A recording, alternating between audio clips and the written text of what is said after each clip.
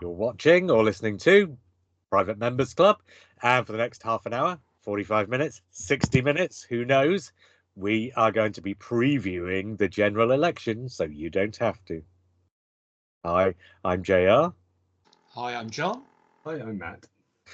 So when it was announced that Russell T Davies was coming back to run the general election, I think the three of us were a little bit worried about it. Is that right? Well, it's a unique time in British politics when Russell T Davies does it. He's going to give us the whole 73 yards. Is that right? Yeah, totally. The whole process has gone to hell. Now, more seriously, we were supposed to have Ian Winterton with us for this. And Ian, as far as I'm aware, I think he's been out or actually campaigning.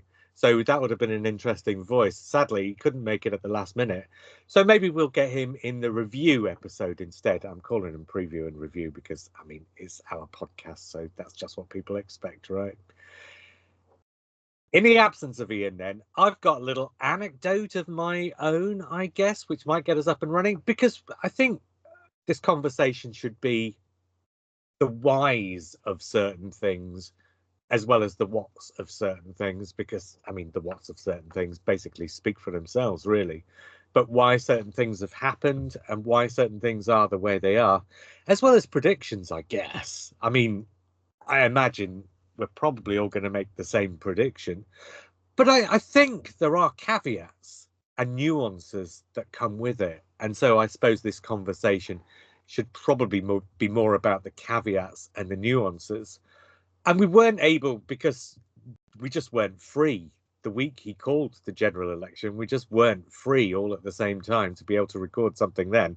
So basically, this conversation is also going to go back to him actually announcing the general election itself. And that's what I want to start with, a little anecdote, I think, about that, because as you two know, and as most of the listeners probably will know, and some won't, I'm a postman. And of course, one of the things that comes up at general election time is we deliver all the leaflets for all the parties in every area, basically.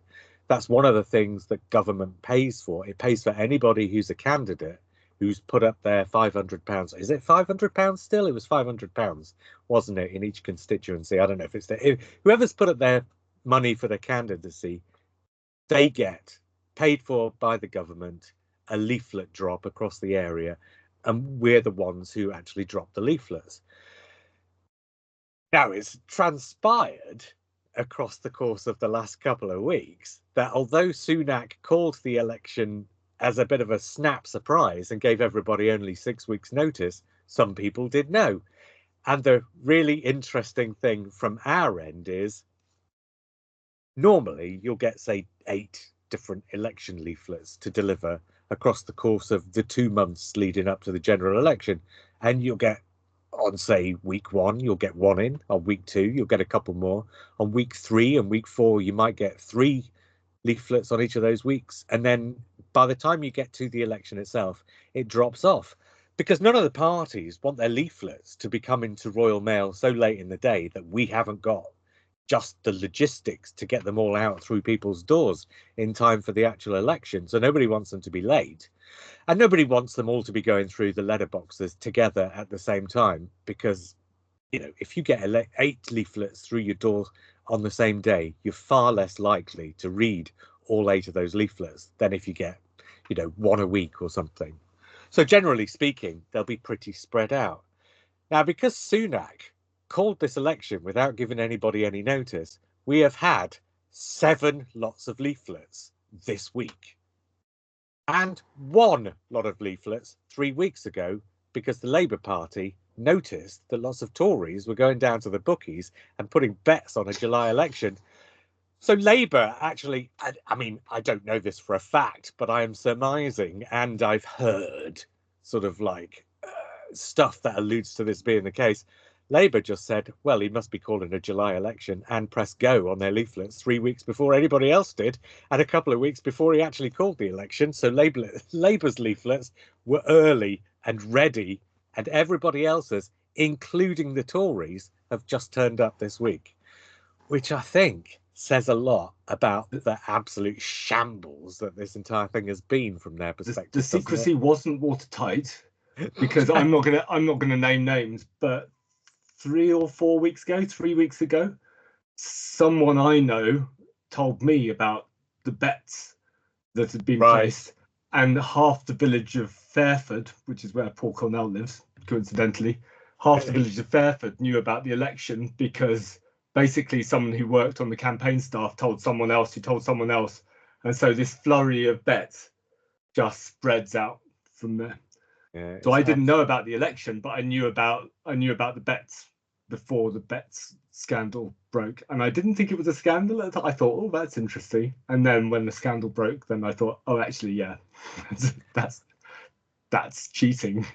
Well, yeah, and the reason it's cheating is obviously not because of the election, but because of the money that people are making illegally. Because if you know, you can't use that information to place a bet where you know the outcome. And something else that came up this week that hadn't been something that I'd necessarily considered. So we're starting with the betting stuff, and then we'll go back to Titanic and exit signs and stuff in a minute. We're starting with the betting stuff. Why not? One of the other things that came up was the policeman. So the policeman who's on Rishi Sunak's personal staff, who placed a bet and then clearly told all his mates, and they all went off and placed bets too. He's in a privileged position. He's the guy who sits next to Rishi Sunak when he's in the car going to meetings. He's the guy who's walking Rishi Sunak into and out of buildings and stuff. He's in a position whereby he gets to overhear lots of really secret stuff. And clearly, obviously, he's signed Official Secrets Acts and everything. I've signed an Official Secrets Act. He's clearly signed Official Secrets Acts that he's not going to repeat this. And clearly he repeated it to all of his mates in the police station, right? But that is potentially much more damaging, because if he's repeating stuff that he's heard when he's in, secret places, overhearing secret stuff with Rishi Sunak, what else might he have repeated at times over the years? And that's potentially a big, big problem. And that is why the police clamped down on it so hard, so quick, because they wanted to send a message out that that's just not acceptable behaviour. He has got a rough job though, because apparently he's the one that has to put Rishi Sunak in the papoose every time they go on long walks. Nice one, Matt. John, any more thoughts about the betting scandal? Well, it's an obvious thing, but if you've got people in a position of power doing that, why should you trust them on anything else? It's basic public service. Yeah. And there is a difference. So the Labour guy that resigned or got suspended straight away, he was betting on his competitor winning the election, which he doesn't have insider information necessarily about, because the election hasn't taken place. That is different. It's just got betting next to the activity that he's done, and apparently a lot of them do it. Yeah, I was saying this is a dangerous can of worms to open, because you could end up with a lot of MPs being suspended, because it's a thing. You bet on yourself or against yourself and then donate the money to charity. Yeah, you bet against yourself, because then you're in a win-win. Either you win the seat or you win some money. And so apparently it's been a thing for years. Yeah.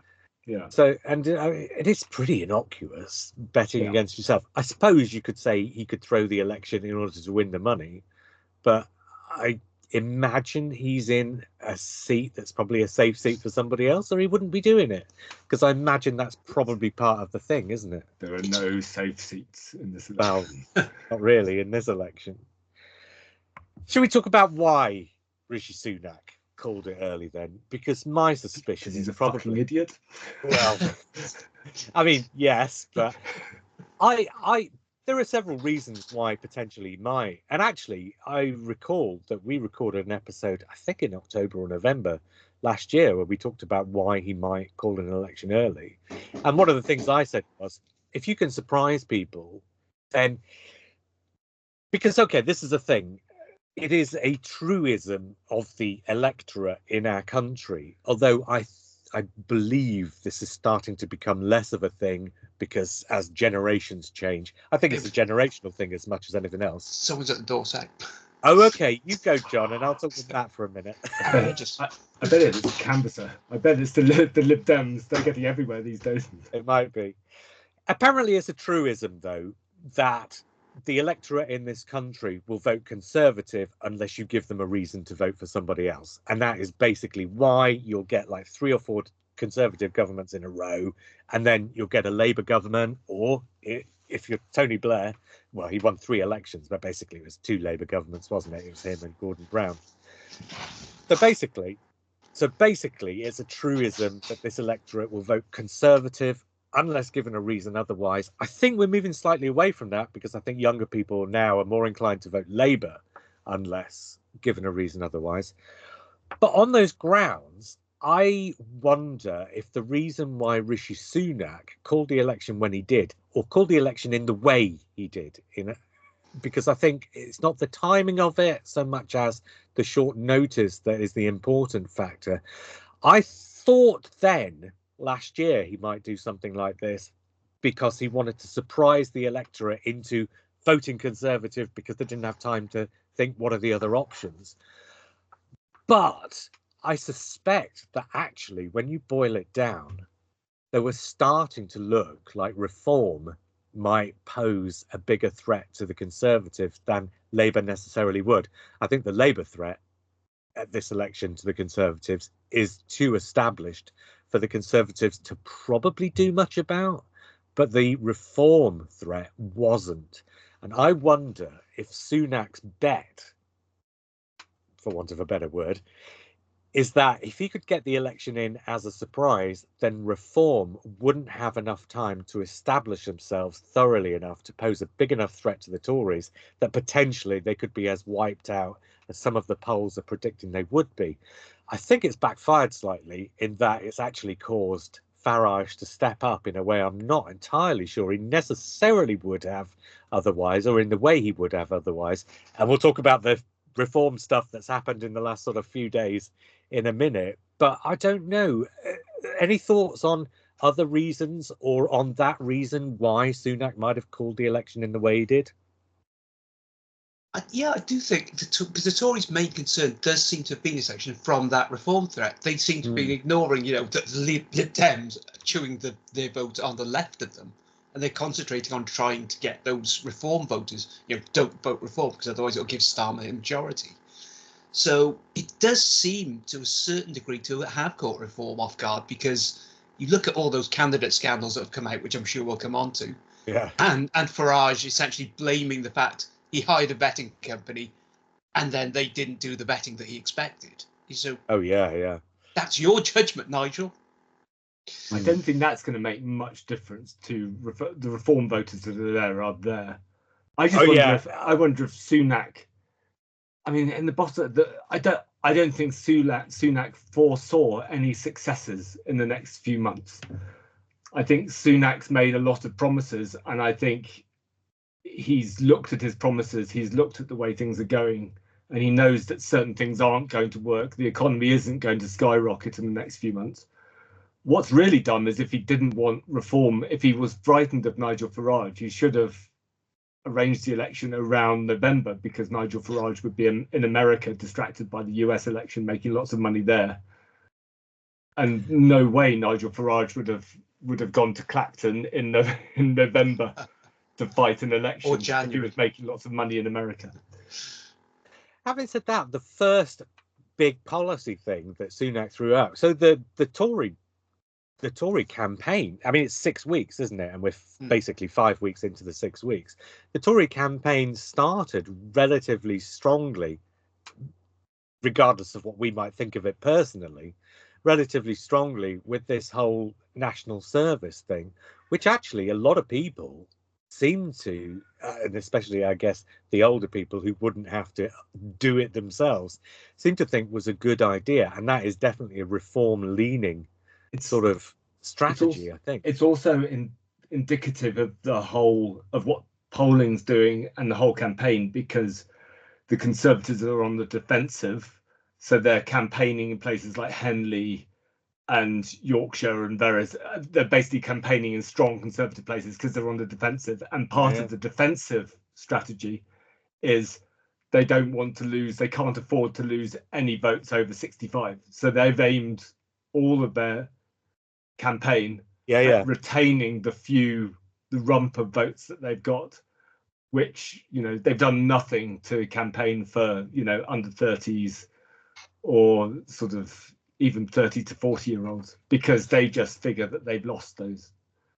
Yeah. So this is a really sort of downbeat campaign by Conservatives that's been slightly hampered because Rishi Sunak isn't very good at campaigning. No. And he's basically expelled everyone who was good at campaigning, including the administrative staff. Basically, the Conservative Party have lost them in the Dominic Cummings thing, Johnson's purge of the MPs. They're basically down to, the idiots who can't do it. There are still a few voices, but the weird thing is those voices aren't coming out. No, they're keeping quiet because they've all. I mean, they're all lining up to be. Michael Gove's a good campaigner, but he's not running. So, but that means that you could take him to any seat and then just give a boost to the incumbent MP.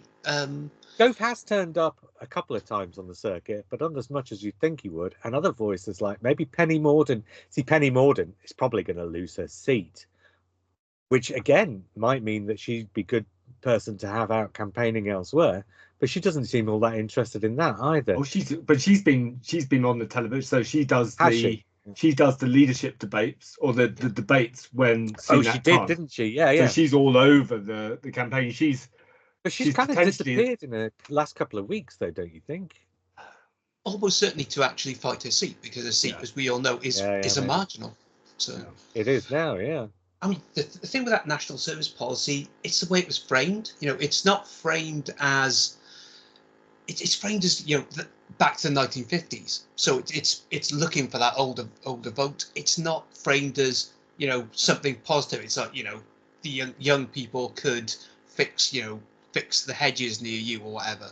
Something that would actually benefit society. And there was an element of that there, but it's completely missold. There was that shot of. I think Rishi Sunak was in a pub, was in his constituency, and he was confronted by a young man over it, and he couldn't explain it to him. All he could do was just that retail offer. That's because it's not an actual thing. They're not actually going to, not least because they're not going to win the election, but even if they won the election, they wouldn't actually, it's a royal commission on national service. Yeah. Which means years and years of talking about it behind the scenes before actually they don't have to do it because it's too complicated. The administration and the amount of money it would cost, and getting the army on side or whatever, or the military on side, getting the laws, whatever laws they need, it's just not going to happen. It's just the last gasp of populism. You're offering like Corbyn's free broadband to all. You just know that it's not going to happen. So they're not actually saying they're going to do it. They're saying they're going to set up a royal commission to look into doing it. So it's just, as you might say, a nothing burger. And actually, the weird thing about it, the thing that's about it that's sort of designed, set up to appeal to those older voters as opposed to the young ones is, it could have been a great thing. For a year, you'll be involved in lots of activities. They could have sold it as this really exciting prospect that for a year you can be involved in lots of sort of activities that'll sort of develop your social skills, your social life, your sort of friendship circles. All of these things could be improved. But no, in the compulsory voluntary sort of phrasing of the way it was sold, there was an awful lot of emphasis on the compulsory and much less on the voluntary, or at least that's how it felt. And that's what's designed to appeal to those older, more right-wing voters, isn't it? Yeah, because it's not a million miles from David Cameron talking about the big society thing, where he expected people onto it, but. And this is and actually this goes back to what I was talking earlier about the leaflets. It's because the Tory thing is cutting corners in order to sort of benefit your mates and leaving it for the sort of working class to sort of pick up the pieces. Going back to the leaflets, when we get the leaflets in, there are 3 different kinds of leaflets you can have. You can get the non-addressed leaflets. Say you've got 1,000 houses on your delivery, you get 1,000 leaflets, you put 1 through each door. That's really simple. It doesn't take an awful lot of time. The prep time. The thing about Royal Mail is it's the prep time that is the big factor, putting the leaflets into your frame in order that you can tie them up into bundles, take them out and deliver. That prep time can be really monotonous and really time consuming. one leaflet for each door. You just put one in each slot. It's very easy. The Labour ones came in. They're addressed, but they're addressed in the order that the sort of boxes are on the frame. So you just go bang, bang, bang, bang, bang. Very simple. It takes about 20 minutes to put in 1,000 leaflets. The Conservative ones and the Lib Dem ones, they didn't pay for them to be sorted into order, but they did pay for them to have addresses on. So the Conservative ones took an hour to put into the frame, and the Lib Dems sent out 2 different leaflets to all the addresses. So it took actually nearer 2 hours just to put and that is because they didn't want to pay the expense of having them walk sorted so that they could go straight into the frame. In other words, they cut corners at our expense. The Lib Dems are very concerned with the individual health of people, and so They're they not that basically concerned. encourage you to go walking, and this is just another example of that. But, No, it's a mental health thing, really, isn't it? Well, yeah, but for you know, an hour and a half trying to put these damn things in the frame. But that leaflet thing, it feeds back to Rishi Sunak's actual calling of the election. You know, when he went outside and he got absolutely soaked. Yeah. You go, these guys aren't prepared. They haven't even thought to put an umbrella out there for him. No, that's it. It's sort of at the working man's expense, because we've got to pick up the pieces of their sort of strategy of cutting as many corners as they can. But at the same time, there's no thought in it really either. Because this is the thing. I'm doing real inside baseball here. But if you send the non-addressed ones out, one goes through every door. If you send the addressed ones out, you've got a list of people who are on some kind of voting register, and it's not an up-to-date voting register either most of the time. And so you'll have about the same number, but you'll miss a quarter of the houses, and a quarter of the houses will have 2.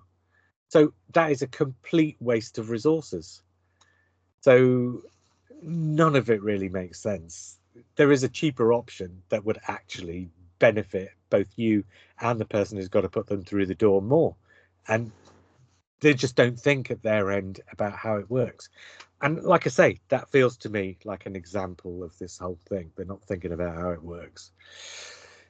Should we talk a little bit more about that? So the Titanic, the exit sign, everything else you've just said, the pouring rain. I mean, I don't believe this for 1 second, but there have been people saying, did Rishi call it because he wanted to lose it and he just got fed up of being in Downing Street and he just wanted to get out of there? It has felt like it, because after that, I mean, he had a couple of decent things for the Tories on the first week. He sort of did that. The Labour want to get you to pay £2,000 extra tax a year, which I believe did cut through a bit with Tory voters or people who might have been massaged into being Tory voters. And he did the national service thing, and then the whole thing went apart. And the thing that strikes me as weird about that is they launch, so it's a 6-week campaign, right? And in normal circumstances, you'd want to launch with something eye-catching and then roll things along a couple of weeks with a few more smaller announcements. And then in the last sort of fortnight before the last week, you'd want to come in with your really big hitting announcements, like your big tax cut. Your big tax cut announcement is the one you want to hit the electorate with a week before they go to the polling stations. The weird thing about Sunak is he made 2 relatively decent announcements for him in that first week. And since then, it's just been one disaster after another, but there've not been any announcements to offset it. I think that there are two strands to this. Firstly, there aren't many announcements to make because the economy's fucked, and they're not going to. Neither party is going to be able to do too much. So this is the reason why all their announcements are about royal commissions or they're about very, very delicate tweaks. The second thing is the Conservative strategy was to basically reinforce this idea that Labour doesn't have a plan. They only have tweaks. So the Conservative strategy was to offer as many kind of initiatives and plans from the outset to build a foundation for that strategy. But it didn't work. Their plans, I don't think the 2000 thing did cut through, because the polling numbers, as far as you believe polling numbers, but so many polls are just showing them flatlining. Basically, the Conservatives reached the floor of their support after Liz Truss, and they haven't got it off the floor. I don't think they might dip down a little bit, but they haven't got off the floor at all with anything. I'm not sure the polls had because in ordinary circumstances you would expect, whatever the difference was between the Tories and Labour at the start of the 6 weeks, you'd expect that difference to narrow. It hasn't. No. That's because of the disasters, which I guess we'll talk about. I wonder if the polls just didn't get a chance to get the cut through before the disasters started happening, because they were pretty instantaneous, weren't they? The D-Day thing was like 2 days, something like that, after the sort of debate. Was it even 2 days? It was the weekend following a Thursday debate or something, wasn't it? I'm not sure there was. It was more midweek, wasn't it? I don't recall, but it wasn't long. I don't think the disasters negatively affected them in the polls that much, because I think it just convinced the people who decided not to vote Tory definitely not to vote Tory. Oh, that's what I mean. What I mean is, instead of the polls going down, they didn't narrow. No, and that's the point I'm making. They didn't narrow. I think Farage joining basically lowered both Tory and Labour votes, because Reform aren't just pulling votes from Tories. They, I think, all pretty much equally pull votes from Labour as well. They do. And so you see both parties going down an equal amount, but that gap stays the same, and Reform go up a little bit, but just shy of the 20% that they need to actually start winning more than Clacton. So Reform it's a sort of perfect storm for Labour, really. I think Reform have dropped a point or two in the last couple of days as well, because I mean, the weird thing is, you go on Twitter and a lot of people are like, "Oh, this has definitely convinced me to vote Reform now."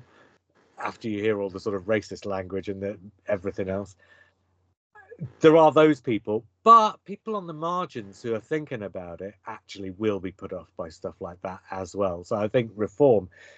See, when Farage turned up in Clacton, it looked like that would be a coronation. He'd win that seat easily.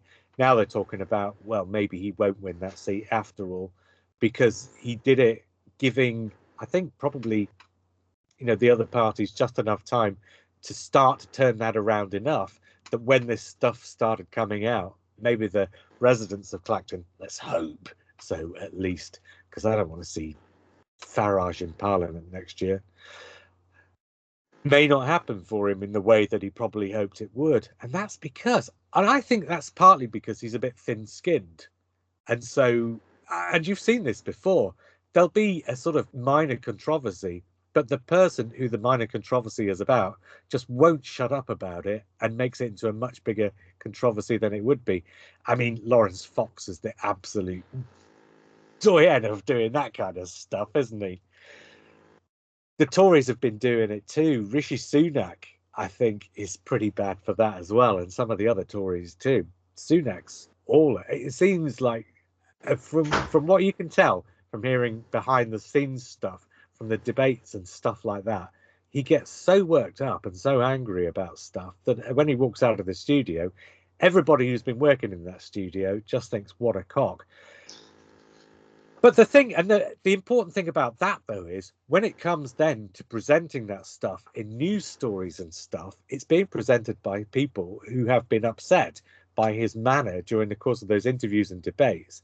And even though they might try and be as objective as they possibly can, some of that's bound to come through, isn't it? And some of that's bound to come through in the way you talk about him, and that's not going to be helpful. It's a thing, though, isn't it? Important. Yeah. So the Farage thing, I think Farage is like a really, really creamy meal with lots of spice and seasoning that you take a bite and, well, if you're that way inclined, you think, oh, this is nice. Yeah, maybe I will go with that. But the longer he's on the stage, the less appealing he becomes. I think he's that kind of, he's a good communicator, but he's a bit too rich for 4 weeks of campaigning. People do get sick of him. Not everybody, but people do. I think this politician or this leader is a bit touchy, has been around for years. I mean, that's like For Thatcher, sure. Brown. That's a way of sort of hitting back at a prime minister that he's somehow, struggling to keep control of himself. And sometimes, sometimes that works. Sometimes it actually encourages people to like you, I think.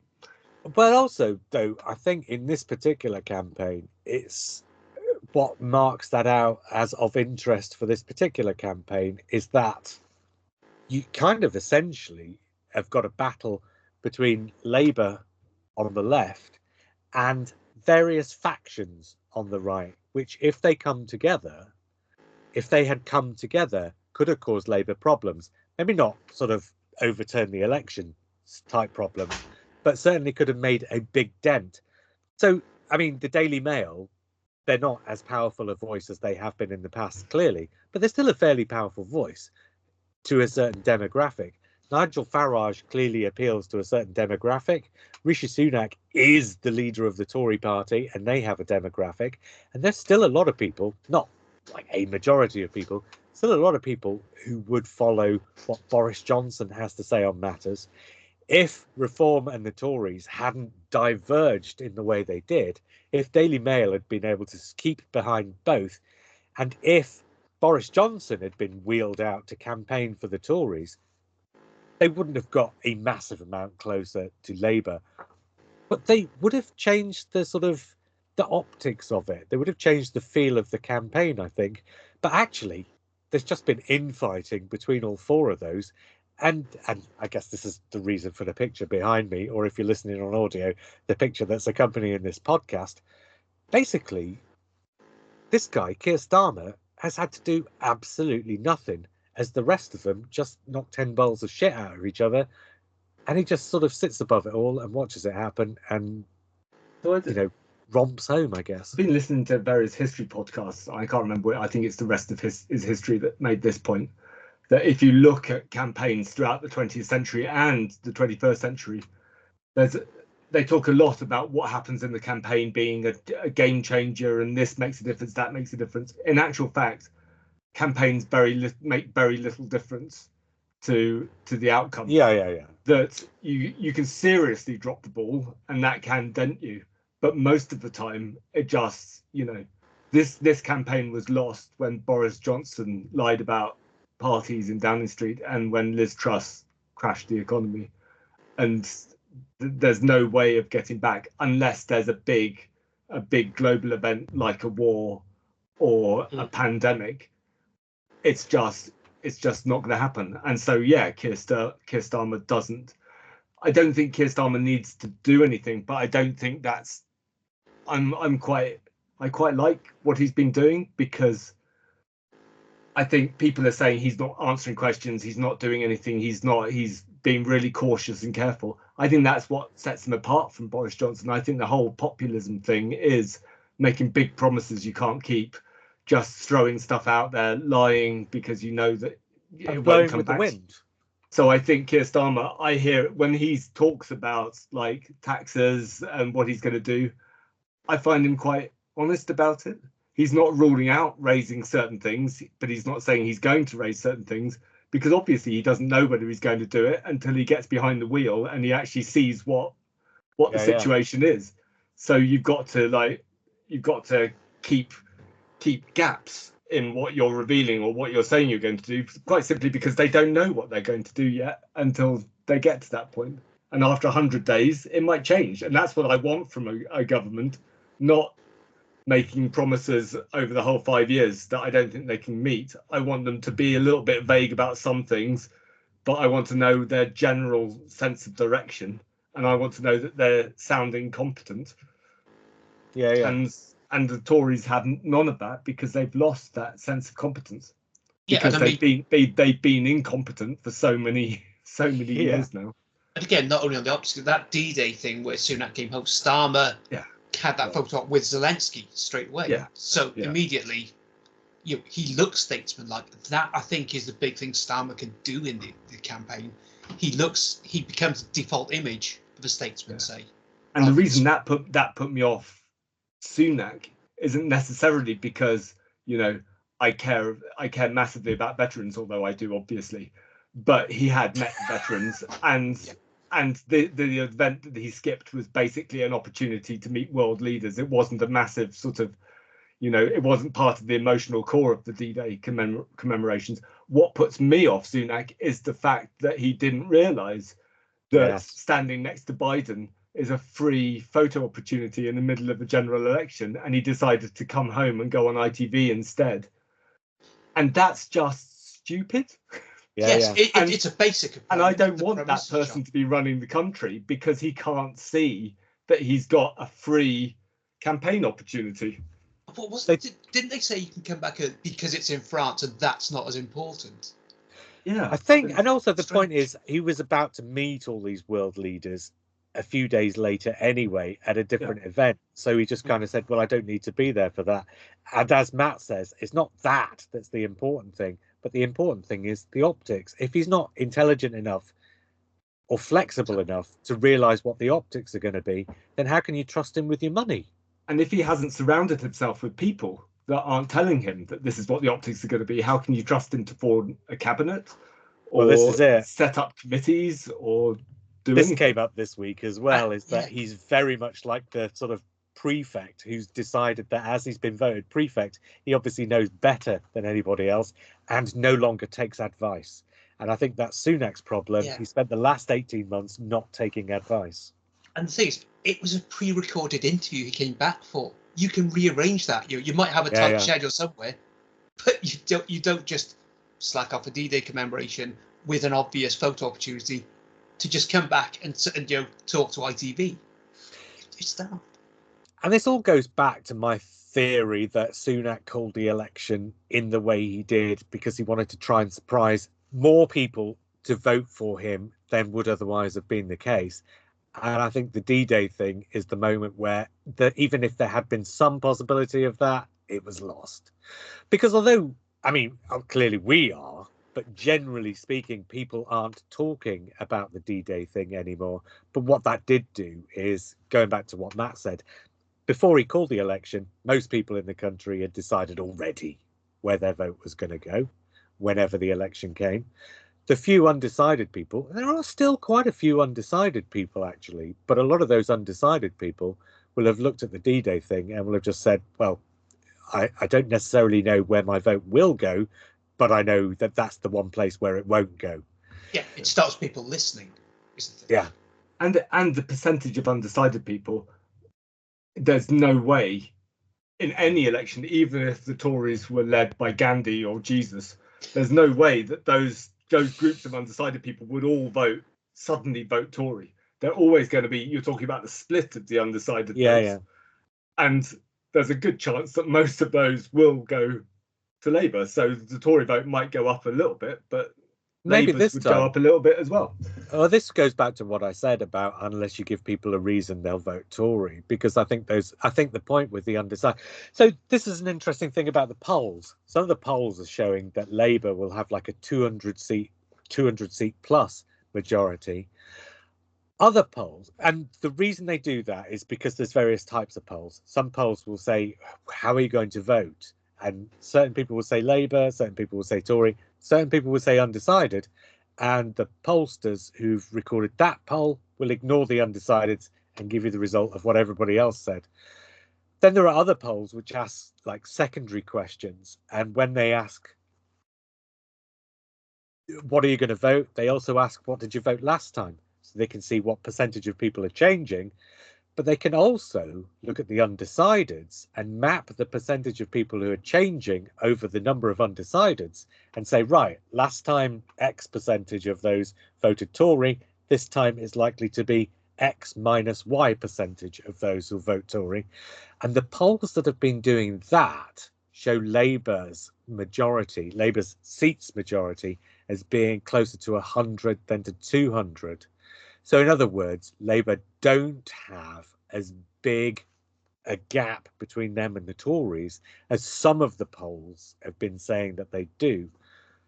Having said that, clearly there still is a massive Labour thing. And obviously there's also a point of view that you don't want them to have too many seats because, too much power is likely to corrupt in ways.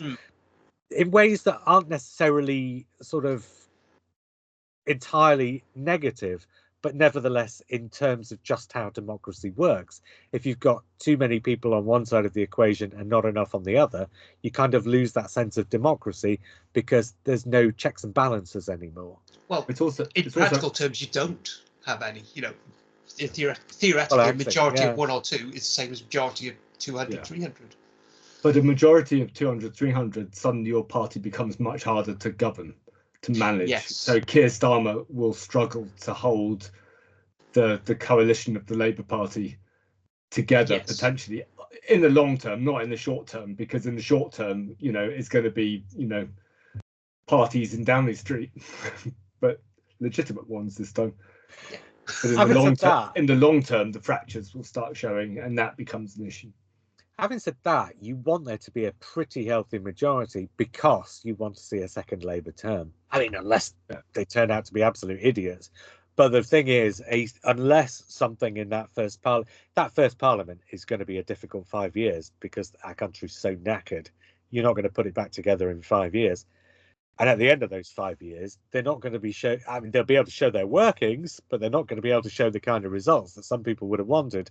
So I think you need and this is, I guess, my big point for this conversation today is I want there to be as healthy a Labour majority as possible, because what I'm looking at is 5 years down the line, I don't want the Tories getting, or I don't suppose they would, but you know, you don't know. I don't want the Tories getting a nose back into power, because I think what you really need is 10 years of Labour to get this country back on its feet. I think to get the Tories back in 5-10 years, assuming that, it would take another economic event, because essentially, certainly in the last 50 years, I think the reputation is economic competence, which is, you know, why Labour they struggled to shake the Tories' accusation, you know, that Labour isn't working thing from 79, that, you know, they had to go to the IMF, that they weren't good with the economy. You know, Brown and Blair were paranoid about that. But you know, 2008, the Tories were able to pin that on Labour. Again, of course, though, looked at Switch government in 2000. 5 years, though. Yeah. 5 years ago, though, they were saying Labour was broken for a generation and wouldn't be back. And look at where we are now. Different reasons. Were taking different reasons, terms. Yes. Yeah. What I'm saying is, in politics, in life, and politics is life, you know, you can't predict. So my pragmatic policy is always better safe than sorry. So I've been hearing that between 50 and 100 is the ideal majority for Labour to have, because it's not just about corruption, it's about complacency. If they get more than 150, say, then when it comes to campaigning next time, they'll just spread themselves thin. They'll be a bit more relaxed. Whereas between 50 and 100, they can feel the Tories snapping at their heels. So still they're got the hunger. Yeah. Personally, a majority of this quite well. A majority of 200 or 300 would be hilarious. I mean, seeing the Lib Dems become the official opposition. That's a scenario that really interests me, because what happens to the Tory party after that? What happens to the Tory press after that, when the Tories would essentially be an irrelevancy? Yeah, I mean, it's frightening, but it would be really interesting. Yeah. I can't say that I'm terrified by the idea. I'm interested by the idea, but I think it would be a bad thing to happen. But I'm quite interested to see it. Ed Davey my version of Prime Minister's questions. Yeah, Ed Davey getting Prime Minister's questions. He's going to do it in your clown suit or something, the way he's been doing this campaign. Well, there is a pool of thinking that the alternative is that Reform and the Tories join up after the election. If they're one thing. Yeah. It doesn't look like it at the moment, but the big factor here is, who are the Tory politicians who are left? Because if the Tory politicians who are left, I mean, you can't imagine for a minute Sunak joining up with Farage. But if the election's bad and Sunak leaves, then that's something that's off the table. And then it depends, well, who takes charge of the Tories, and do they make a deal with Farage? I don't think that's an actual thing, though. I think you absorb the Tories, and Reform might make an electoral pact at the next election, and the Tories would just absorb, they would think, the percentage of the Reform voters. But reform candidates going over to the Tories, that's, what does that actually mean? That's just the Tory candidates suddenly once being reform moving over. I mean, the reform aren't going to win that many seats, we assume, unless some of the MRP polls are correct and they get 17. But even that's not, And I think it's something Farage has been talking up, hasn't it? Because he was, I want to be Prime Minister in 2029. No chance. The Conservative parties politicians who are left are going to be hell ambitious. They're going to go, I can lead this party. Plus, have you seen the Conservative leadership, the way that works? Farage is going to struggle. No, I think it's more about the math.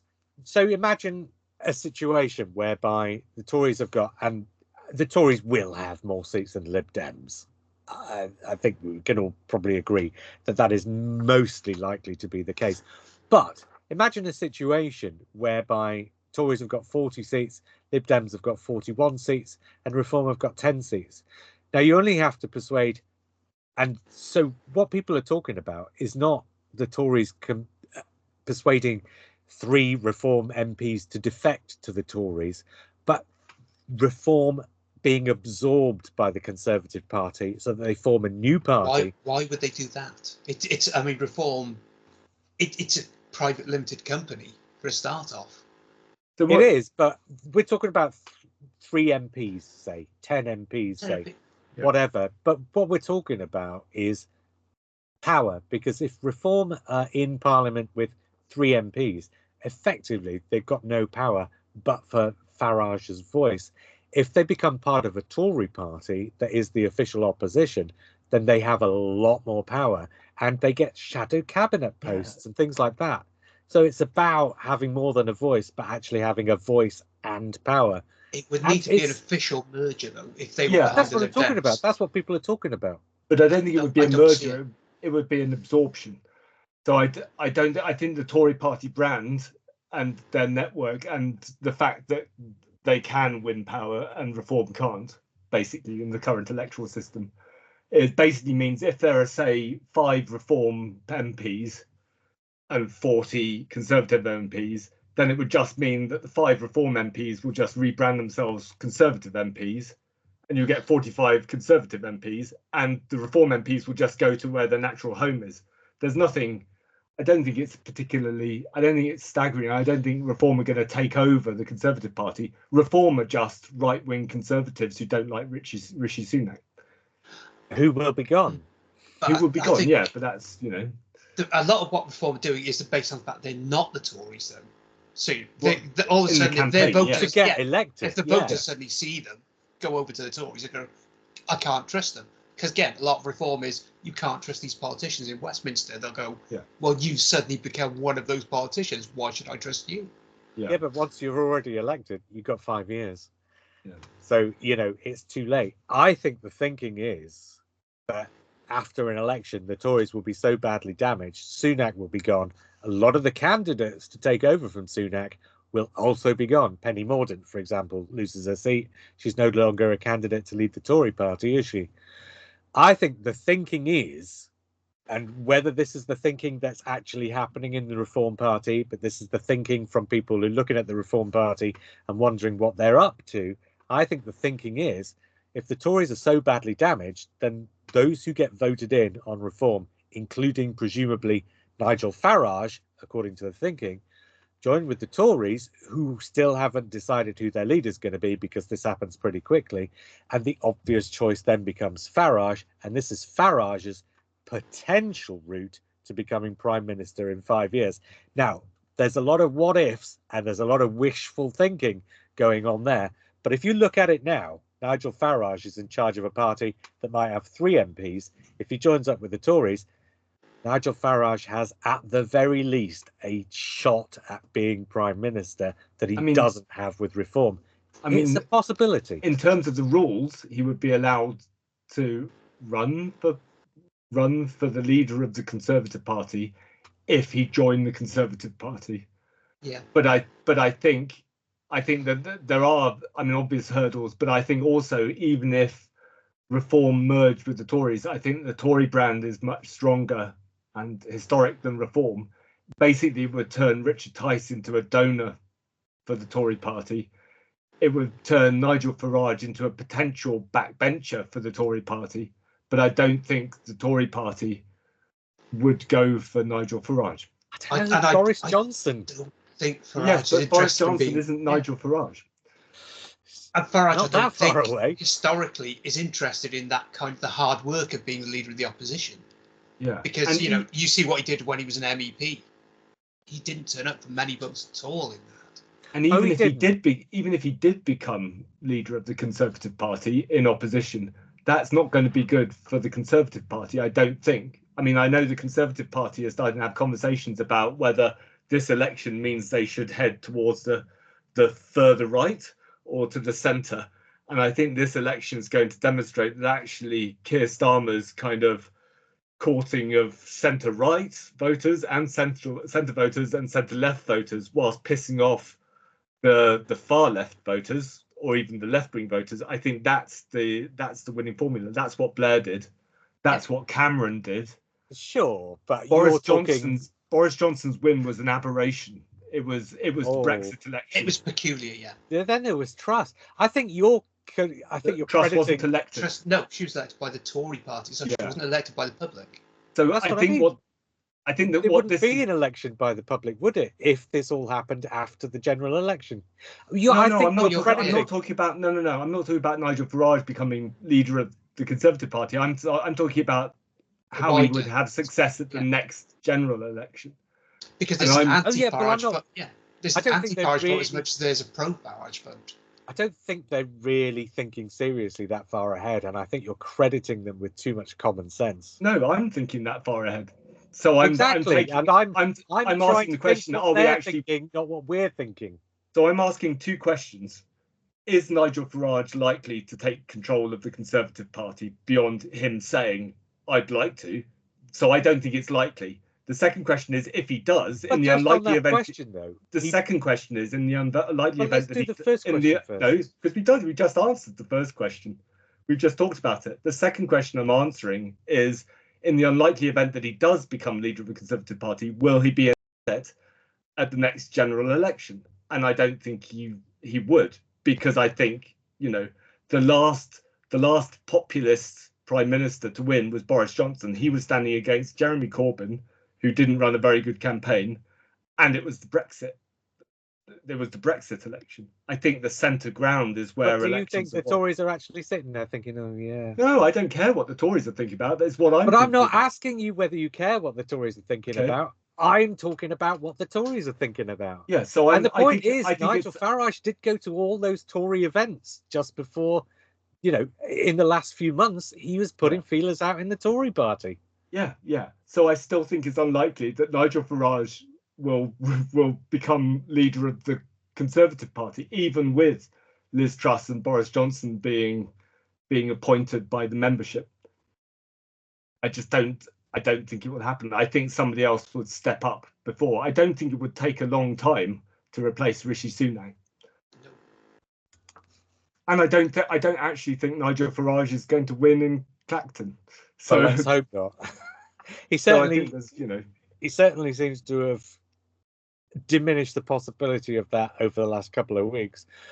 But then again, and on that note, so Nigel Farage's big thing is, well, he's an actor. Clearly, he's been put there to this is a big old setup.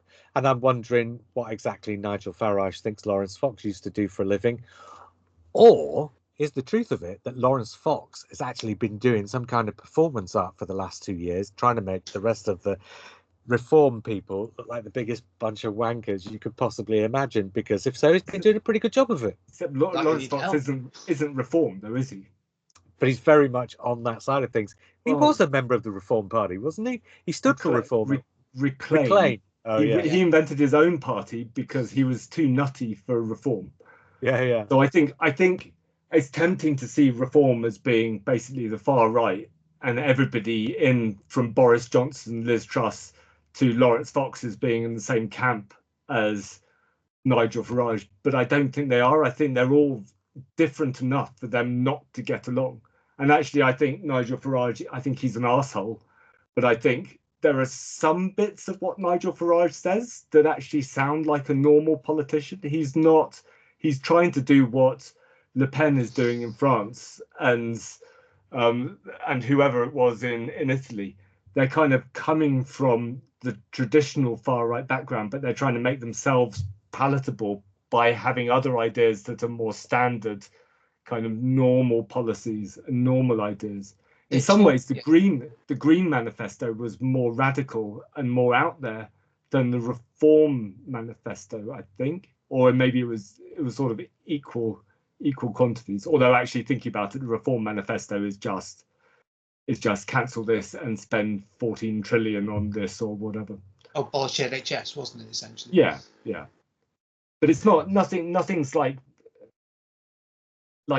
majorly far right about Farage. I don't think. It's just that he's kind of taken control of a party that's filled with those voters and members. I don't know. I think he's pretty far right.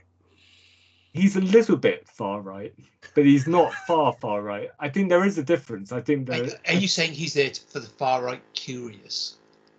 Well, yeah. I think, yeah. I guess so. I think he's trying to find the centre ground between the Tories and the far right, say, on that spectrum. And that doesn't mean that I don't find that really unpalatable, but I don't find it that frightening either, because I don't think that's where elections were won. No, absolutely. He's definitely painting himself as not far right, because he said, I got rid of the BNP, essentially, did last night. So he's trying to avoid that association. Or he's rehoused the BNP voters. There you go. That's what he's saying. Looking like a slightly more palatable version thereof. Right, let's not go down any more of a Farage-shaped tunnel. Is there anything more? What a thought. Exactly, but I don't know. It seemed like Matt was heading in that direction for a minute there. Shall we? Is there anything more about the campaign or things that have happened on the campaign that you want to bring up? Because I want to end with it. I mean, I suppose the thing for us to do is to end with some predictions and maybe also have a word about what's going on in America, I guess. Oh God, no. No. 2 minutes. But is there anything more about the campaign? Things that have happened in the campaign? There are predictions that there'll be more people in the next sort of few days, because I mean we're talking 5 days out from the election now. There are predictions that there'll be more people switching allegiances to Labour from Tories and so on and so forth over the next few days, and maybe also, I suppose, between Tories and Reform. So I don't think it's quite cut and dried. I think there's a few more sort of chess moves to make between now and the election. But I think as we speak, it's probably mostly settled in at least the voters' minds, isn't it?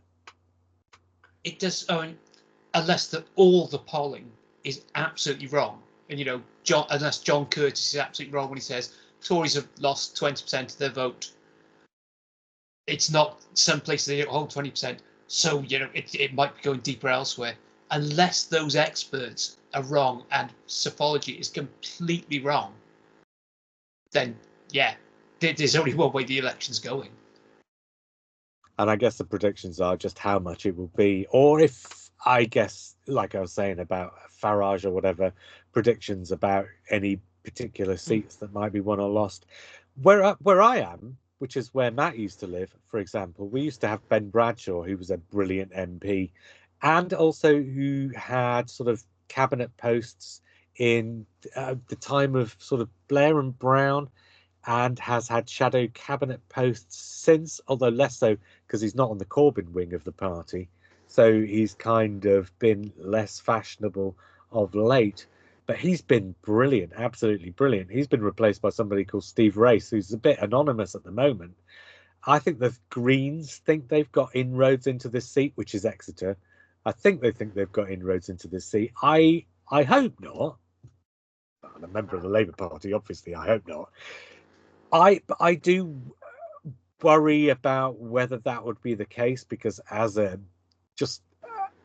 person living in this area, I don't especially want to see the Greens rather than Labour in charge of things. We've had all sorts of trouble with sort of LTNs that just don't work and they're badly thought through. But I get the suspicion that if power change. So I guess what I really want to say is the one worry I have with this election is that people will make such an assumption that Labour are so far ahead that they'll think their vote is being wasted if they put it on Labour and will vote elsewhere. And so I think what I'm saying is we may get anomalies, weird anomalies in certain places. I think Exeter's probably safe.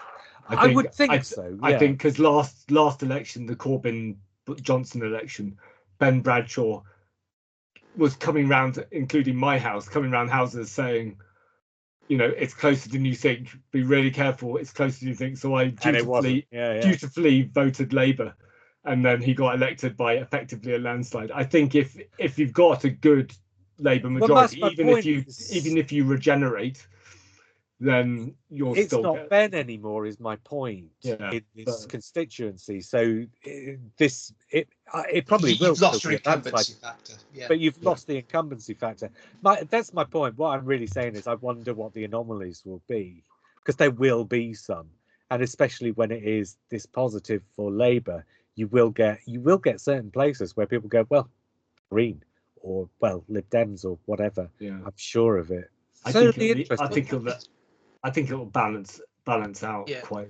I think the anomalies we're going to see are Portillo type Conservatives losing their seat, which is why I'm really tempted to actually stay up for some of the election. Well, I'm lucky. I've got I'm lucky in that I've got the the Friday off, so I'm definitely planning on staying up and watching as much of it as I can.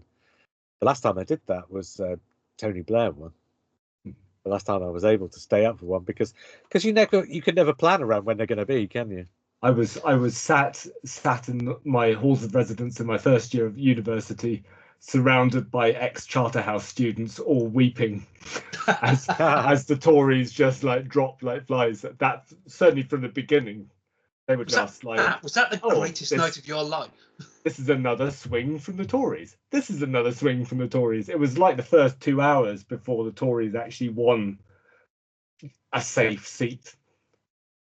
I tell you one thing to look out for, and I say this because I have heard from people that they say that because we kind of take it for granted that people probably follow the same podcasts, follow the same news, follow the same current affairs as we do. But of course, we don't have a very big listenership. We have a tiny listenership, but we do have people in our listenership who don't follow politics. And I have heard from people who said, well, the little politics I do know is because I've heard you talking about it on your podcast. So for the benefit of those people more than for us, I will say the one thing to really look out for is the exit poll on the 10 o'clock news. So the 10 o'clock news will lead with the exit poll. They're not legally not allowed to report on politics basically during the day on the election itself. While people aren't allowed is open. Yeah, while voting is open, you can't have campaigning, you can't have leaflet drops, you can't have any of that, and you can't have any of the news organisations reporting on it, because the election has to unfold while the voting is open, unfettered by any of those kind of influences. But, and this has certainly become a thing in the last few years, the exit poll will tell almost certainly a different story from what the polls beforehand have told. And the last few exit polls have been incredibly accurate, actually, far more accurate than exit polls had ever been before. They've been pretty accurate since 92, I think. Yeah, and in the 21st century, I think they've become even more so, such that there have been some real shocks with the exit polls that have actually translated into actual shocks in the final results themselves. I think it's only because you had the tight election, 2015, when Cameron was, he had a tiny majority. 2017, when it was just that hung in Parliament. I remember going into 2015. Yeah, in the 2015 election, I remember we went into it with this big, quite positive feeling, quite optimistic that Labour could actually turn things around and sort of win a surprise election. And as it turned out, they were absolutely wiped out. Yeah, you had the collapse in Scotland and the collapse of the Liberal vote, actually, which wasn't a surprise. And that was the first time when I really noticed that the exit poll was telling a different story and a much more accurate story than all the sort of polling that had taken place before. So that's my big recommendation to anybody watching this or listening to this. If you don't want to stay up all night for it, take a look at the exit poll, and like as not, that's going to be a pretty accurate representation. Not completely accurate, but as accurate as you'll get of what the results will be the following day. Anything more? I do just want to say, looks like Biden's absolutely fucked it in America. So unless they can get him to stand aside, and they can't force him out, they can only persuade him to stand aside, Trump's a shoo-in as things stand. No. Biden's fundraising operation is much, much better. So the ads will be much better. And there was I think someone posted a poll after the event. How many people changed their mind based on that? 81% of people went, sticking with where I am. It's a lot of noise. And 81% though, when you're talking about a few 100,000 people in just 6 constituencies are the ones who actually decide the election, 19% of people changing their minds is easily enough to get Trump over the line. And it's not about... Trump will make the same mistakes at some point during this election. And there's time. There's still time before the election. There's another debate before the election, which, you know, expectations have been lowered for Biden now in terms of debate. He did a campaign speech, which actually went quite well and actually addressed it. He might have sympathy factors as well. So, you know, elderly candidates aren't necessarily disliked. Yeah. The point is, I came out of that debate thinking Biden's got to step aside. I think now that there's actually time for him to turn it around. See, and the other thing is, how many candidates have got a national profile to be able to match Trump on that scale? There's no time to build that narrative. You know, even Kamala Harris hasn't achieved much. Yeah, it's Biden or no one. And that's the point. It's not about whether you get people to change their minds. It's about whether you get people out to the polling stations. And if it's the Democrats who are the ones who say, I just can't be bothered, then the Republicans win. I think this might make the apathetic Democrats more enthusiastic to come out because suddenly so far it's been neck and neck. And, you know, Trump's been in the lead, then Biden's been in the lead. And that's kind of, maybe Trump's we don't. Biden's the incumbent. He's probably, this at least might shock them to come out because suddenly Trump becomes a reality after this. And the thing is, hope so. It's that electoral college system, which is the problem where you can't quite see what's going on because the Republicans have won the popular vote once since the Berlin Wall fell, something like that. Yeah. But they've won half the presidency, so it's going to come to who campaigns the smartest, I think. And again, it comes back to what percentage of people haven't already made their minds up, because the vast majority of people in America are either just always going to vote Republican or always going to vote Democrat, aren't they? Yeah. I think it's really worrying times there too, and I hope you're right, and I hope it's not Trump. Oh, it's definitely worrying times. It's worrying times because Trump's on the ticket, but yeah. I don't think it's apocalyptic yet. Let's hope not. Can you imagine if it was Trump there and Farage here? No, but you know what I mean? I think it's just mad that we've got Trump and Farage even in the conversation, frankly. They should have been wiped out years ago, but they weren't. Anyway, on that note, vote Labour.